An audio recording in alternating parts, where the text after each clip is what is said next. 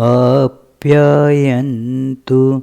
ममाङ्गानि वाक्प्राणश्चक्षुश्रोत्रमथो बलमेन्द्रियाणि च सर्वाणि सर्वं ब्रह्मोपनिषदं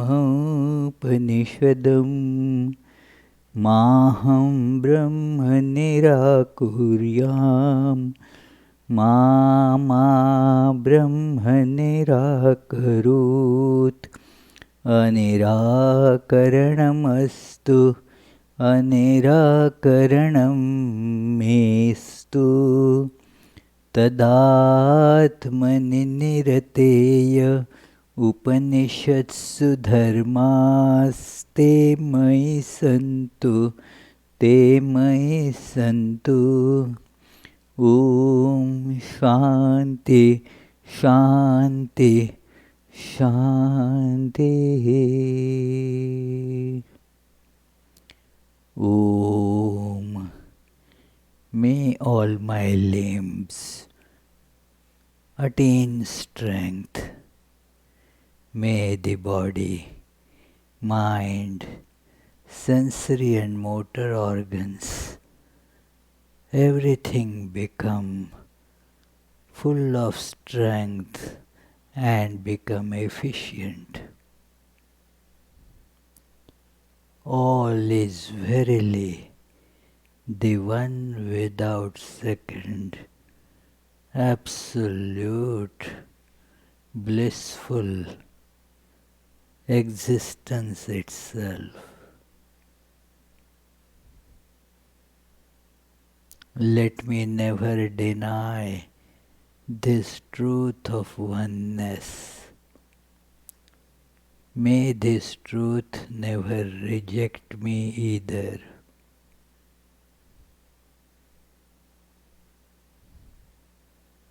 May all the virtues necessary to experience this truth in life be with me. Om. Peace, peace, peace.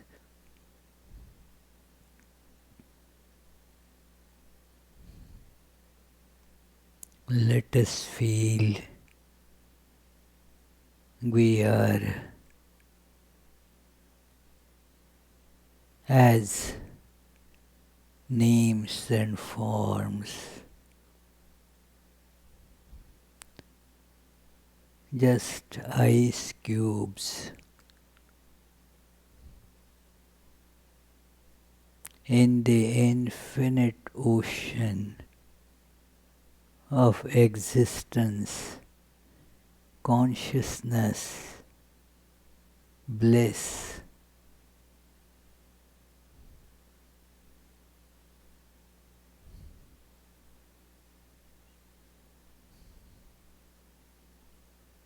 And let us feel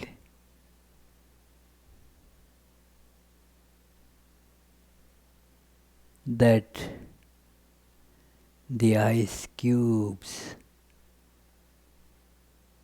our separate entities, are melting.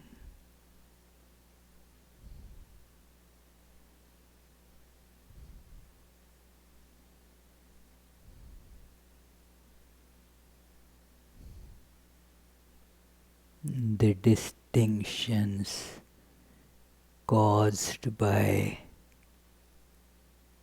the changing forms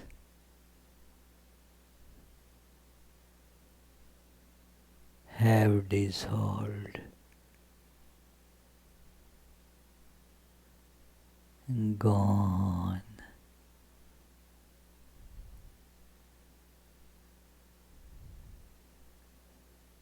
The ego has gone.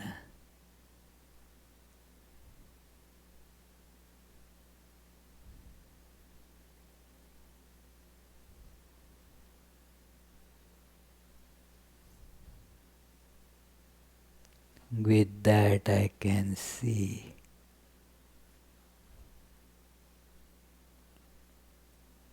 I am infinite.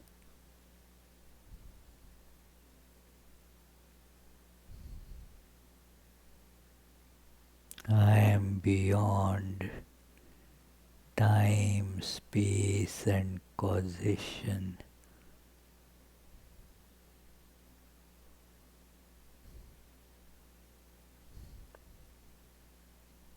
The words beginning or end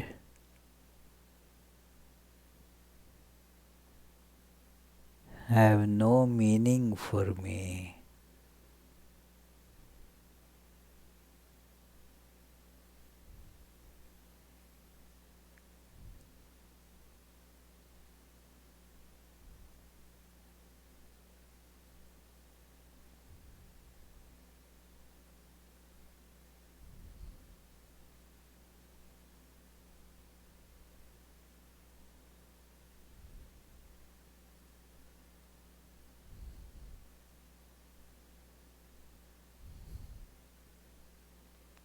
I have no desires.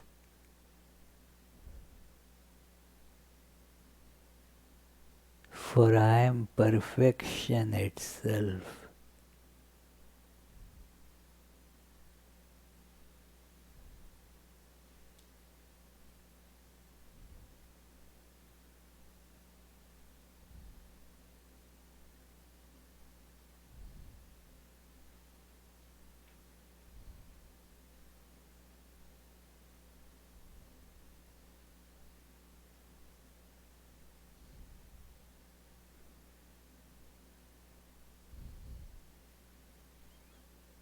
This is my true nature.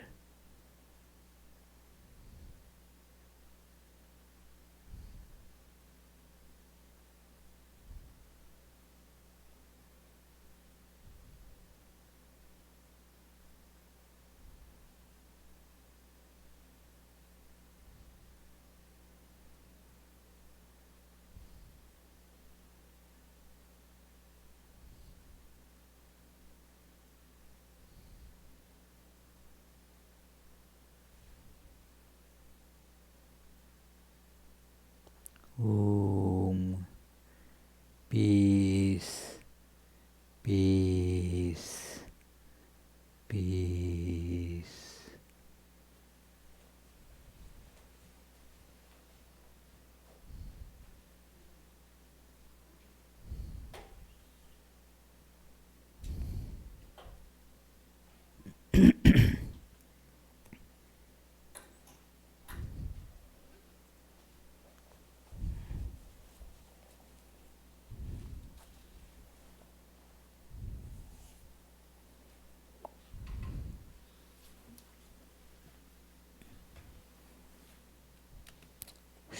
So, dear friends, let us begin the 13th class on this Upanishad, Svetasvatara Upanishad, with our regular chants.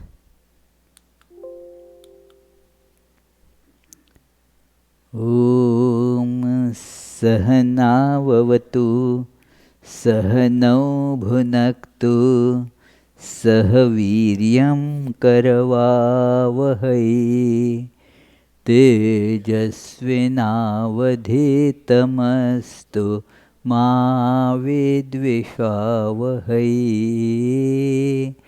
Om Shanti Shanti Shanti. May we be protected together. May we be nourished together. May we attain strength together. May our study make us illumined. May there be no dislike between us. So this prayer, as we can see, is for making our study bring us the illumination that it is not an academic study where we just intellectually understand things. This distinction has to be quite clear, friends, in the study of Upanishads, or for that matter, any spiritual treatise, that it is for bringing the illumination to our life and thereby making our life go on that illumined track. That is, it will become then life full of bliss, life that is just peace itself. And that peace and bliss will be not dependent on any external situation or circumstances, like who wins the elections, or which club wins championship and all that stuff, or whether it is a snowy day or rainy day, or whether I have cough or flu or not. Those things should not cause any change in my happy state or the peaceful state. It is independent completely from the external situations. In external situations, we see there is always complaint. People keep on complaining. The other day, a person was telling me in India, that, oh, we have never seen such terrible cold in my whole life. But I reminded her that last winter also she was telling me the same thing. And when summer comes again, oh, horrible summer. Oh, I can't remember in my life any time such a bad summer. And we keep on telling it summer after summer, winter after winter. And in India there is rainy season also. So rainy season after rainy season, that, oh, never there were such rains before in my memory of 80 years. Well, the memory lives very short there, that's all it is. It is life of complaints always.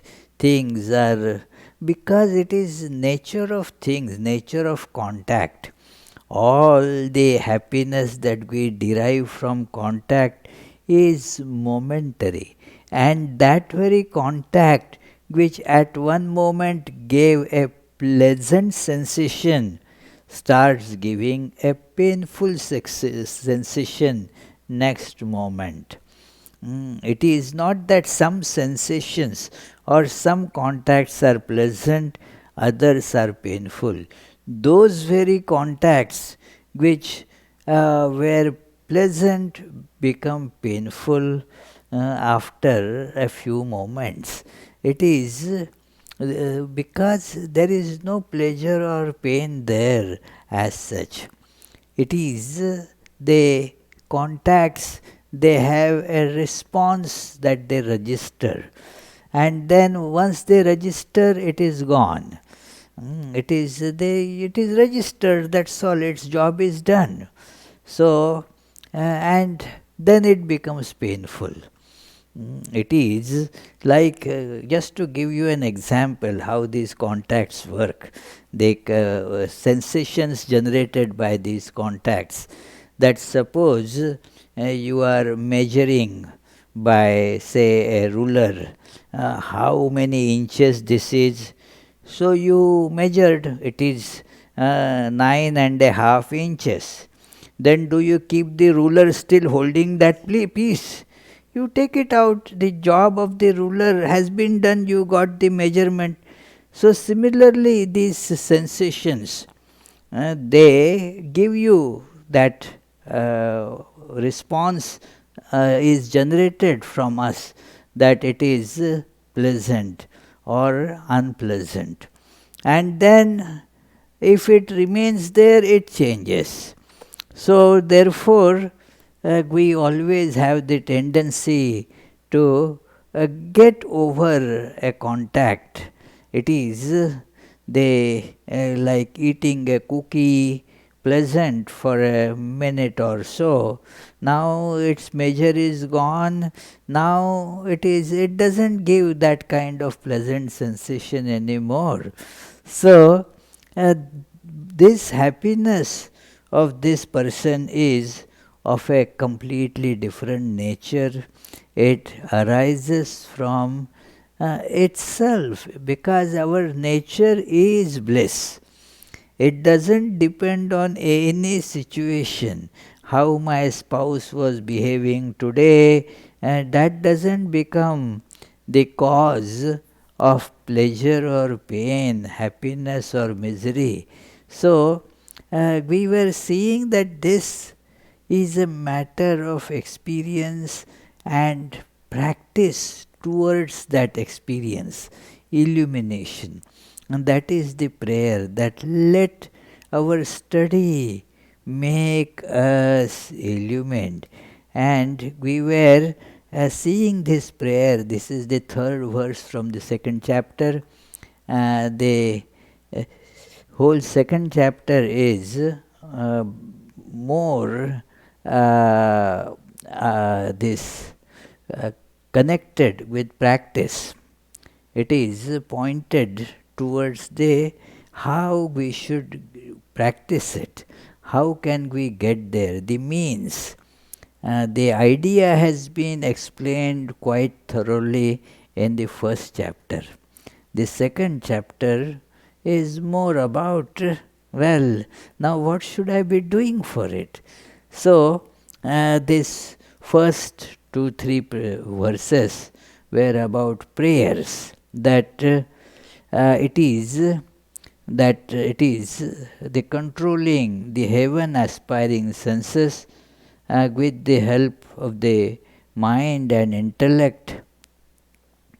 The immanent soul so regenerates them as to enable them to manifest this self-illumined infinite light, that our senses, they need to be put under control. They have their propensities to run after the objects. Now, a person who is not aware that the mine of bliss is within feels that these senses and their contacts, and that is the source of happiness, and so runs after those. The senses are left without any check. So, it is seen all the time that especially the kids, and that continues because that has been somehow sadly the modern trend in child psychology. Let children do whatever they like. Now what is the meaning of like? Let the senses go on as they wish. Don't try to control them. Don't put any restrictions on them. Now this becomes then a habit even in the adulthood as one grows, that yes, I will do whatever I like to do. But here the problem is that the liking keeps on shifting and changing, whereas the decision that you take based on the liking, well, you are stuck with the consequences of that, and therefore our life becomes miserable.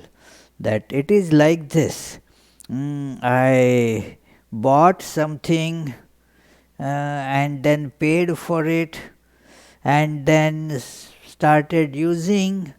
I thought that I liked it. I did like it. My senses did go to it. After using it for 1 or 2 days, now I don't like it, but I am stuck with it. So Therefore, it becomes a source of pain. Then I go to get another thing, throw this away. But that is how every time the principle is like this, that things are to be, you see, approached not based on likes and dislikes. This is completely needs to be changed. The sense organs are to be disciplined. Like the soldiers have to be disciplined in armies, that they cannot say, oh, I don't like to go. Well, you have enrolled in the army. Now it is not question of whether you like or you don't like. Oh no, I don't like to put on boots. So, well, that is not the choice now, whether you like or you don't like. You have to do it. No, I don't like to fire shots. Now, what does it mean that you are becoming a soldier in the army then? It is, you don't have to, you cannot go by likes and dislikes in life. This one has to understand, and therefore controlling the heaven aspiring senses. The word heaven here is not like in most Christian understanding the abode of God, but as a very pleasant place. So minds keep on seeking the pleasantries, and because we do not get them here, we imagine a heaven where they all will be available in abundance. And that becomes then the idea in everybody's mind about heaven. Here, first of all, you have to fight to get all that is you think pleasant. Moreover, there are the reactions of it. It is, I like to eat, say, ice cream. But then there are the consequences, the reactions in the body. So, I have to take those also. But in heaven, we imagine that you can eat tons of it, and yet there will be no bad reaction on the body. That is heaven, where you don't have to suffer consequences of the actions that you performed because you liked. It will be, you go for that, everything will be full of success there. Here your attempts may succeed sometimes, but mostly they will fail. In heaven, no. In heaven, every shot you fire will hit the bullseye. It is, here it is, well, it may hit if you are aiming at something else. So that is, otherwise it is not normally hitting there. So in heaven you attain success in everything. And moreover, there is no unpleasant consequences. Here every pleasure is attached with 10 times the pain. That is why Swami Vivekananda mentions, and it is very correct, that if the pleasures increase in arithmetic proportion, the miseries increase in geometric proportions. Any observer of one's life can certainly subscribe to that, that yes, that is how the nature of the things here is. So, therefore, knowing this, one has to strive to, rein in these senses. And that is how in Kathopanishad it is told that one has to exercise the discrimination or the discernment capability of one's intellect, if it is right or not, if it is ultimately good or not, On that, let those decisions be based not on what senses like, and control the senses as it sees in that beautiful metaphor of a horses attached to the carrier, a carriage, and a soul is out on the journey to the ultimate destination. Beautiful, imagery. We can each imagine like that, that I am the traveler. I am determined to travel to my destination. The life has to become a journey, not just roaming about here and there.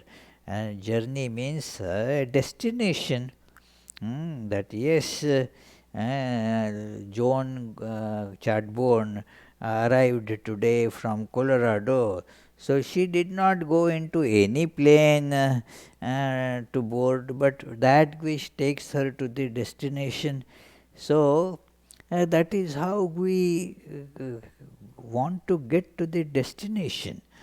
So this soul is sitting in the vehicle, a chariot, and then the charioteer is this discerning power.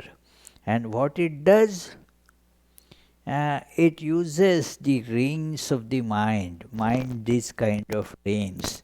Indriyani, hayanahu, and horses are those the senses.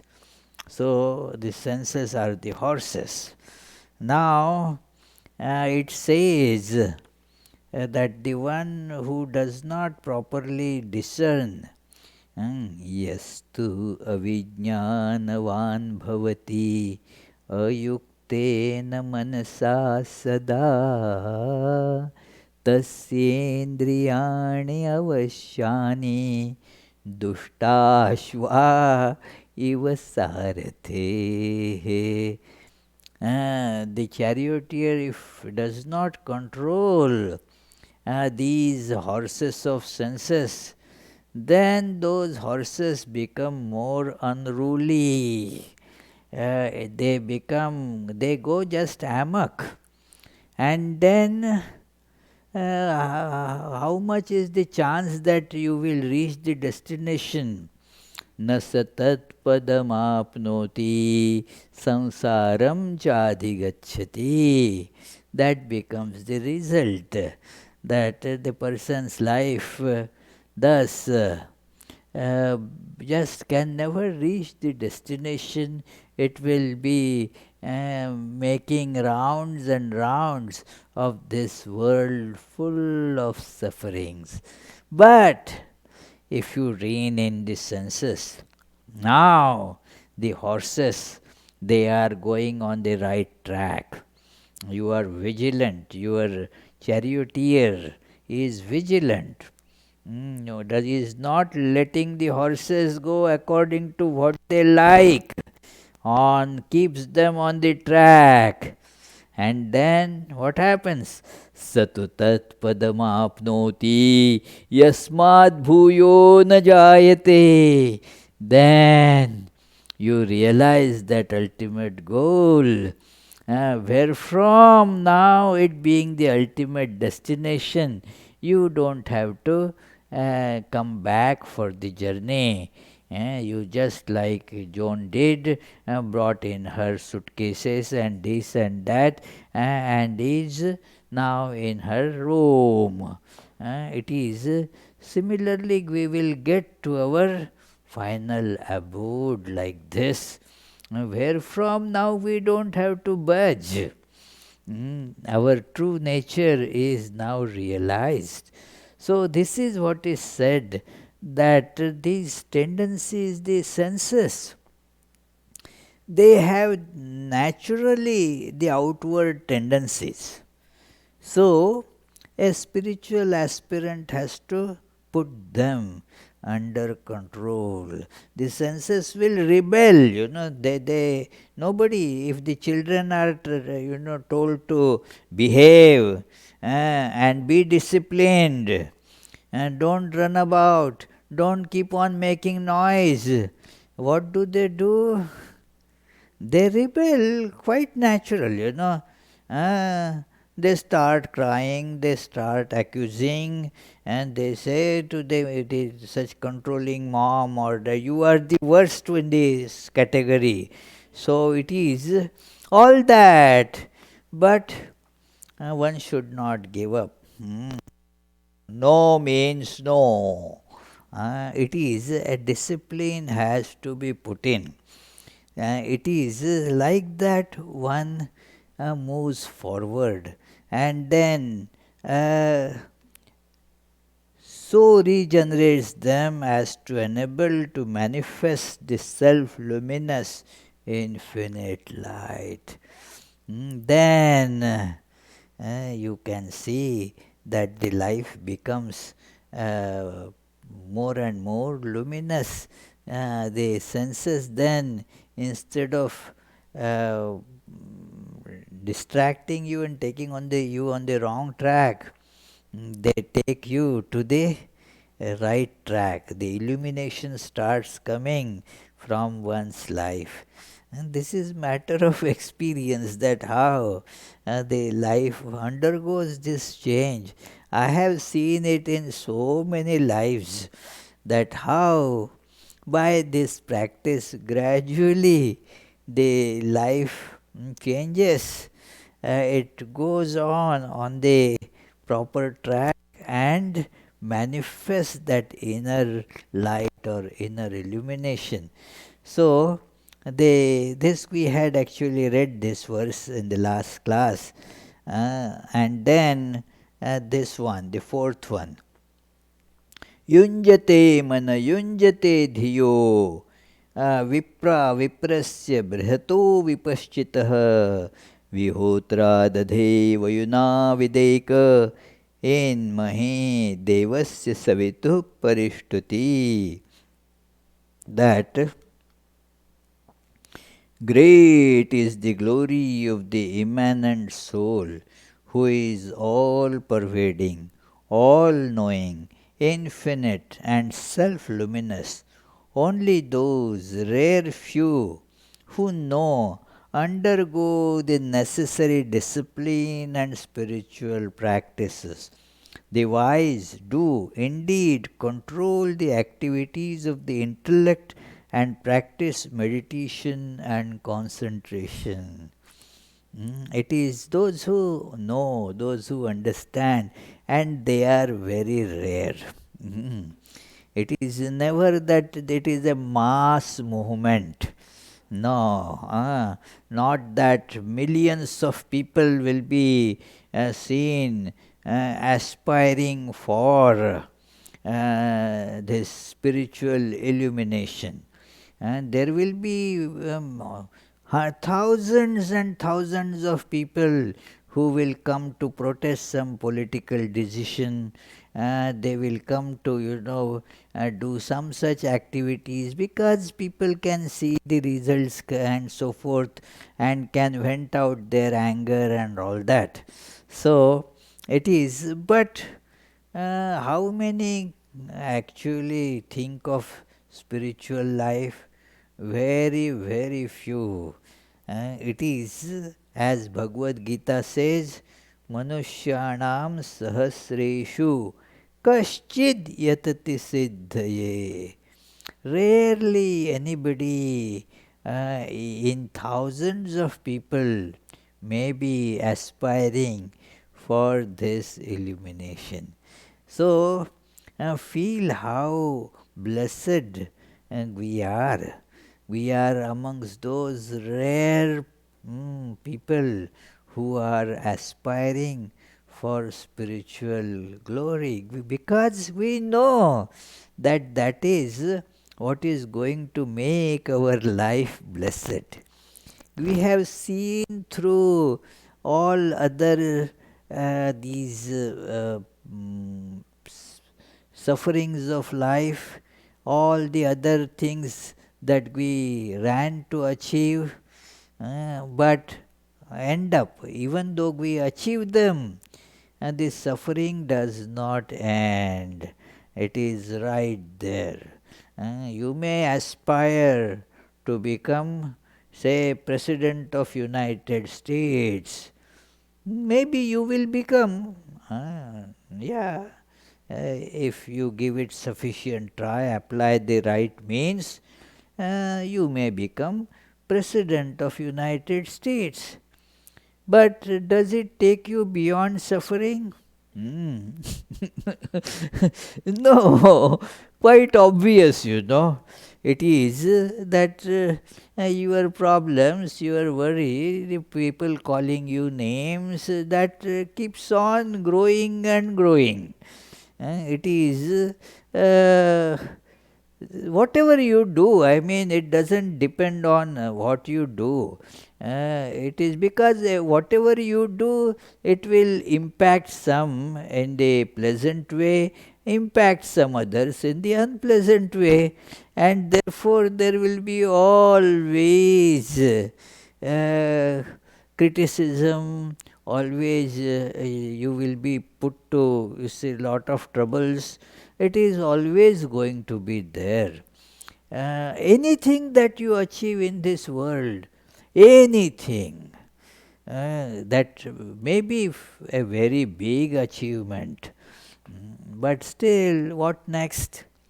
You got it. Now you are worried, oh well, I was at the top, I was the richest person in the world. But then the stocks change here, there, and then you slip down and you feel worried. Oh my goodness, no, not good. So, even the very rich person has worries how to keep and how to get more. In Vedanta, there are two words for it in Sanskrit: Yoga Kshema. Yoga is to acquire more, and Kshema is to protect what is acquired. The life goes on in these two: get more and protect whatever is acquired. So, one does not get even the time or energy to enjoy what has been gotten. That is the bane associated with all these achievements. That you go to achieve more money. Do you have the time to enjoy that money? No. It is because you always are running to get more money and protect whatever you have got. So, okay, so let me build a mansion where I can store all these things. And then this mansion, let me keep these trees to protect it from the thieves. The very fact that when you build a mansion, the thieves, they get attracted to it. They don't get attracted to a shanty hut like thing, they know nothing is there. But a mansion, then yes, there must be jewels and all that. So naturally, then you keep an army of, to protect it. So yoga kshema.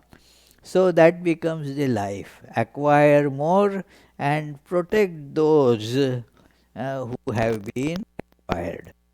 This becomes the problem.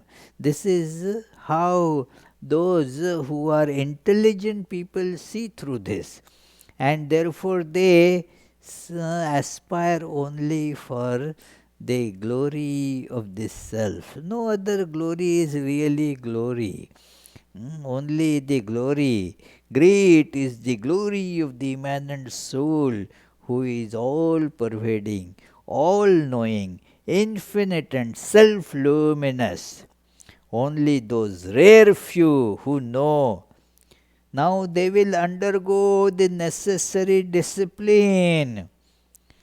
Because everybody wants happiness, and when you know that you are going to get it only by doing this, You will control the propensities that drag you in the opposite direction.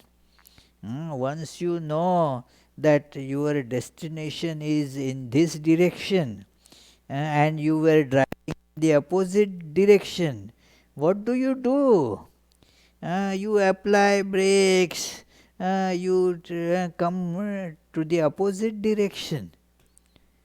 So, exactly those who know that I want to realize God, they will apply the brakes, they will control the senses. This will have to happen. Not go together, friends. There is in Viveka Chudamani, there is a very beautiful verse about trying to do both. This is how the mind plays tricks. That okay, let me do both. 50% energies into worldly achievements and 50% in spiritual achievements. One should not become one sided in life. Both things have to be taken care of. That is sounds a very sane advice. That yes, let me take care of both, 50%. And after all, in spiritual life, they say that it is matter of grace. So I don't really have to do anything. So let me put 100% energies in worldly achievements, and that will happen by grace. So all these compromising stuff that Viveka Chudamani says, that if anybody who is thinking of realizing God while pampering the body consciousness, is like a person who takes a crocodile as a log of wood to cross the river, you say. How much chance, Paul, that fellow has to cross? Nothing. It will cross in the stomach of the crocodile, you say. It is like that. Graham daru dhiya dhritva nadi tartum sa ichhati. It is like that, that sharira poshanarthi san ya atmanam didrikshati. The one who is trying to realize the self and is yet pampering the body consciousness. Is exactly like that fool who jumps in the river to go to the other bank and then catches hold of a crocodile thinking that it is a log of Raham daru dhiya dhritva nadi tartum sa ichchati. So one must take these things very seriously. I mean, there is these things are told by the sages out of great compassion. It is therefore, and they are so true. The wise do indeed control the activities of the intellect and practice meditation and concentration. You will practice whatever is needed for that if you really want to get it. There is absolutely no other thing that they will be interested in. I want God. Look at the life of Sri Ramakrishna. Nothing else really mattered because it is all unreal. How can you be interested in things which are unreal? We had seen those nice examples, the incidents that I narrated, that a little girl was crying for the candy. And then on my room there was an ad of a candy on the TV going on. And I told that little girl, oh, see that nice candy, why don't you pick it from there? And the girl did not budge. because she knew that it is not candy there, it is unreal. So when we see this, that it is not real, we will not go for it at all. It is of that nature. So we will control and direct our activities to the right things, to meditation and concentration. So this is the idea. युजे वां ब्रह्मपूर्व्यं नमोभिर्विश्लोक एतुपथ्येव सूरेः शृण्वन्तु विश्वे अमृतस्य पुत्रा आये धामानि दिव्यानि तस्थु. That following in the footsteps of the wise, what is it? This is not, the screen is, yeah. Following only in the footsteps of wise only is an important thing. Not sometimes in the footsteps of the wise, at other times in the footsteps of the fools. No, it is so only in the footsteps of the wise. I merge you both in the ancient Brahman by continued meditation. You both, what is this both? That is important, both in the our ideal and ourselves. Sri Ramakrishna used to say sometimes, very beautiful idea, that there are two in this, showing his body, there are two in this. One is the lover of God and the other is God. One is a devotee and the other is the God. So in all of us there is this an aspirant and then the divine, both are there. These two in meditation, one has to learn to merge these two. That is meditation. That this little ego is to be merged with its true nature, the divine, and feel that I am that.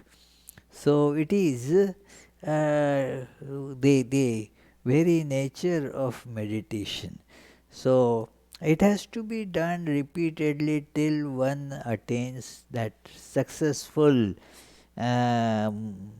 eradication of ego, merging it in that one experience.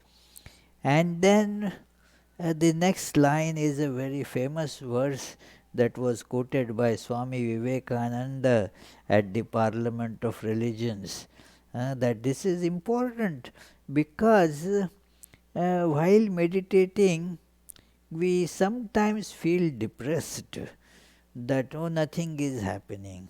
Yesterday, a gentleman had called saying that I am now, Swami, going to give up all this meditation business. I am wasting my time. Nothing is happening. No progress has been achieved, and so forth. He keeps on saying like that again and again. And then I told him, okay, then stop and see if progress happens by that. So it is, but the mind says things. For so many decades, I have been trying to achieve this and meditating. Not much has been achieved. First of all, we should examine how much really we gave a try to it. Just spending 5 minutes every day in meditation, and that too half of it thinking of other things, and that is not going to be of much help. You have to practice. It is one goes to the guru, takes initiation and all that, takes mantra, and then they the teacher told the students that, well, okay, you meditate, you repeat this mantra at least 108 times, twice a day. That's minimum. Now it requires about max all that about 10 minutes. So you should do at least that. Hey, this is most important thing in life. And then that teacher, that guru was in one of his books. He said then he gets the letters from such disciples that, oh, if I do not find time to do 108, can I do 28? Well, why did you then even take the initiation? Can't you spare 10 minutes morning and 10 minutes in the evening for all nonsensical things you find hours and hours? And for this, that is most important thing in your life, you want to cut it down. What is the meaning of this? It only means that you are not at all serious about it. That's it. It is you are not serious. It is one man, went to the tailor. He had some piece of cloth, and then he said, can to the tailor, I want one cap to be made for the tailor said, excellent. He said, this is the cloth. Now the tailor said, okay. This man said, the cloth may be a little bigger, can you make 2 caps for me out of it? The tailor said, okay, yes, the cloth is big enough, 2 can be made. Then this man got greedy, can you make 3? Said, well, okay, 3 may be possible. Then this man went to say, can you make 5? And the tailor decided to teach him a lesson. I said, okay, 5 will be made. And then on the appointed day of completion, this fellow comes hoping to get 5 caps. And the tailor said, yeah, your job is all done, ready. And okay, give. And the tailor took his palm and then put 1 cap in each finger, 5. Got your 5 caps. So it is if you keep on, that cutting down, that 108 is minimum something. If you cannot do even that, then it is just meaningless. You don't want to spend even 10 minutes for that. It is just silly. It just means you are not sincere about it at all. So therefore, one has to be that it is clear in that sadhana. May the glorious one manifest himself. And then you see, assert that yes, I will surely realize this, that may the glorious one manifest himself. May the sons of immortal bliss hearken to me, even they who occupy celestial regions. We are being addressed by the sages that you, the children of immortality, that you are the descendants of gods. God is your nature. Children of immortality. This is how, let us feel this, that that divine DNA is in us. We are children of immortality. There is, let us not fool ourselves by saying that we are sinners and what will happen, and never give any heed to such thought. That is not correct, as Swami Vivekananda proclaimed this in the 1893 Parliament of Religions when he was reading the paper on Hinduism, that children of immortal bliss, what a sweet, what a uh, hopeful name. Allow me to call you, uh, brethren, by that sweet name, heirs of immortal bliss. Ye, the Hindu refuses to call you sinners. Ye are the children of God, the sharers of immortal bliss, holy and perfect beings, divinities on earth. Sinners, it is a sin to call a man so. It is a standing libel on human nature. Your souls immortal, spirits free. It is spirits free, blessed and eternal. You are not matter. You are not bodies. Matter is your servant, not you the servant of matter.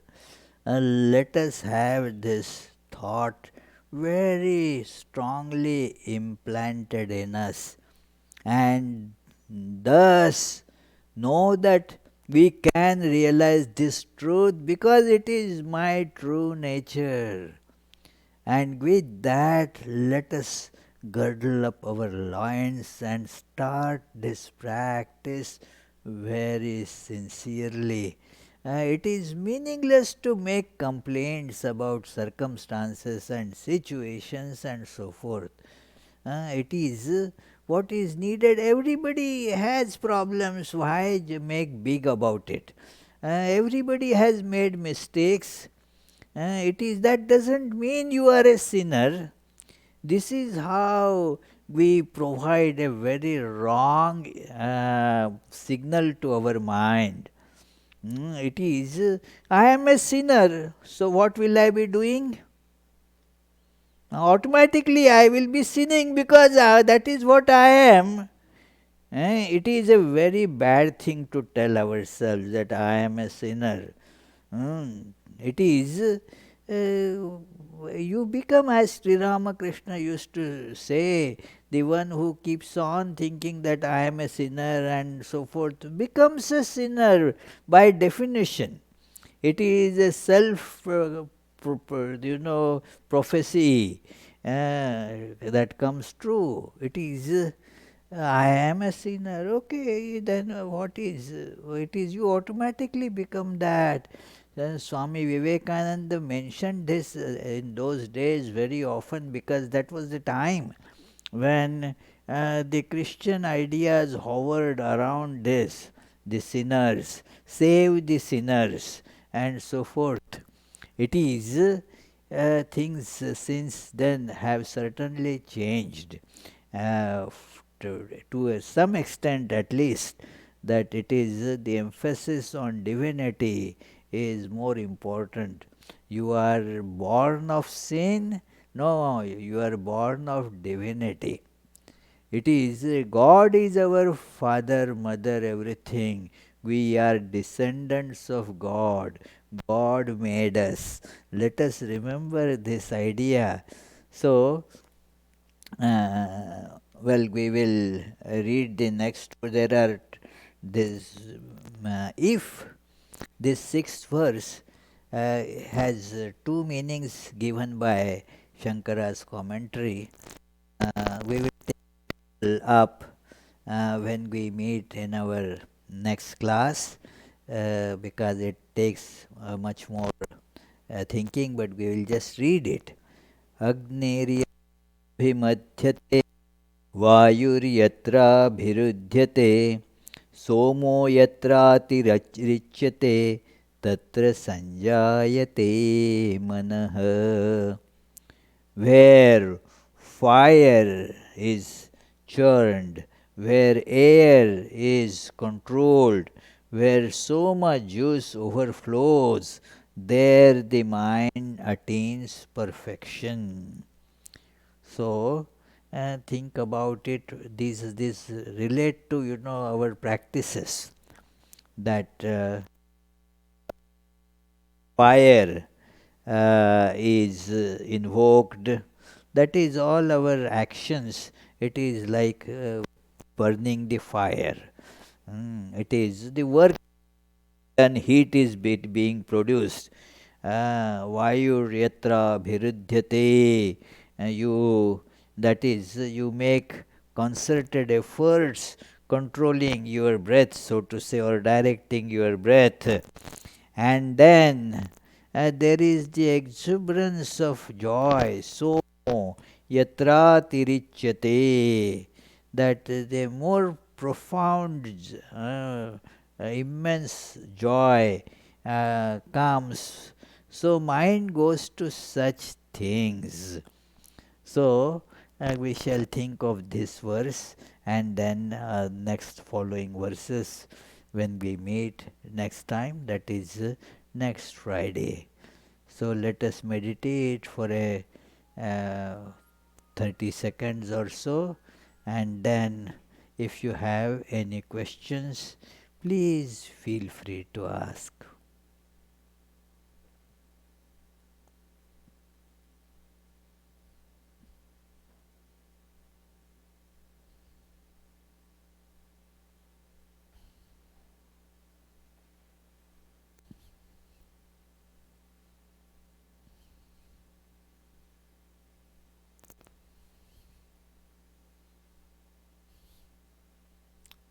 Yes, please. Yes, Charlie. Well, if in the West people think they're sinners, and so they become sinners, whereas in India people think they're children of bliss and become bliss, does that mean that people in the West are a lot worse than people in India? I mean, aren't people the same everywhere? Yes, it is a very good, very pointed question.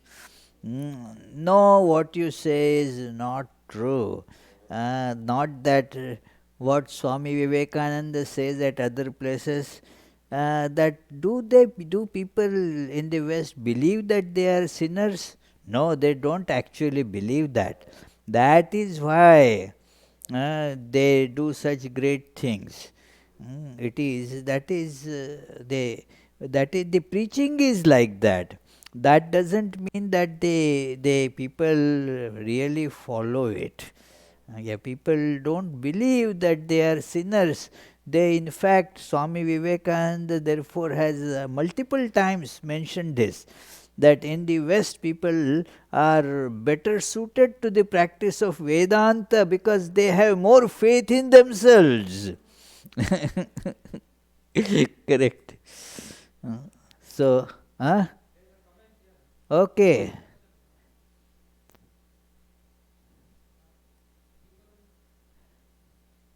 people people need an occupation and Well, use the microphone.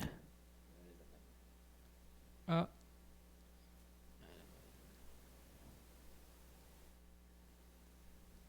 people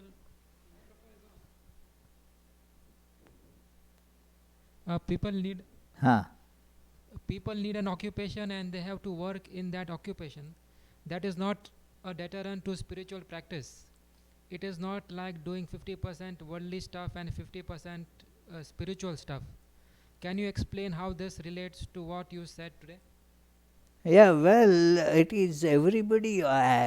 You see, from outside every action, even if you are meditating, it is an action and has a worldly component to it. The, it doesn't become worldly by the change of attitude, that all like they have their works to do. Everybody has. Even if you look at the life of Sri Ramakrishna, he was working incessantly, working a lot. Look at Swami Vivekananda, who did more work than he did. Yet, the nature of work, that what you aspire from that work, that determines whether that work is a spiritual practice or not. That work has to become by infusing this ideal in the work, then it gets called karma yoga. Then whatever work you are doing becomes a spiritual practice. In Mahabharata, therefore, that beautiful story is there about how a housewife, very busy with her household chores, and was serving her sick husband, was more spiritual than a mendicant. And then that lady told this mendicant that if you want to learn really more, go to a butcher in the town, whose job is to kill the animals and then sell the meat. So in Mahabharata, that butcher is shown to be the person of highest wisdom while doing his work. And the advice that he gives to this mendicant, who thought that I, being a mendicant, I am really at the spiritual heights. But he was shown by that, no, you are not. It is the work done with the spirit of this non-attachment, that becomes then a sadhana, a meditation actually, a worship actually. And so therefore it is not 50%, 50%, it becomes 100% spiritual practice done in two different modes. That's all. Sometimes you are sitting and meditating, some other time you are doing work and yet meditating. It is in both cases the meditative awareness remains intact. That is where it doesn't become a division. Otherwise, well, even if you are meditating with the idea that by this meditation people will glorify me, will think of me as a very big spiritual person, and thus will respect me a lot, then it is not really meditation. It is for the worldly aspirations. So the work as well as meditation, both 100% worldly there. So it is therefore the motivation determines whether it is 100% spiritual or not. So let us, is there something else? Okay. So let us conclude with the closing prayers. Tomorrow is the day for day long meditation. So everybody can join and meditate as long as they can, but it is once they go out, then they cannot come in till 6:30 p.m.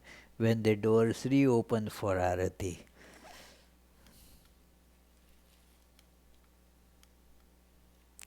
Om Shanti Shanti Shanti Harihi Om Tat Sat Shri Ramakrishna Arpanamastu.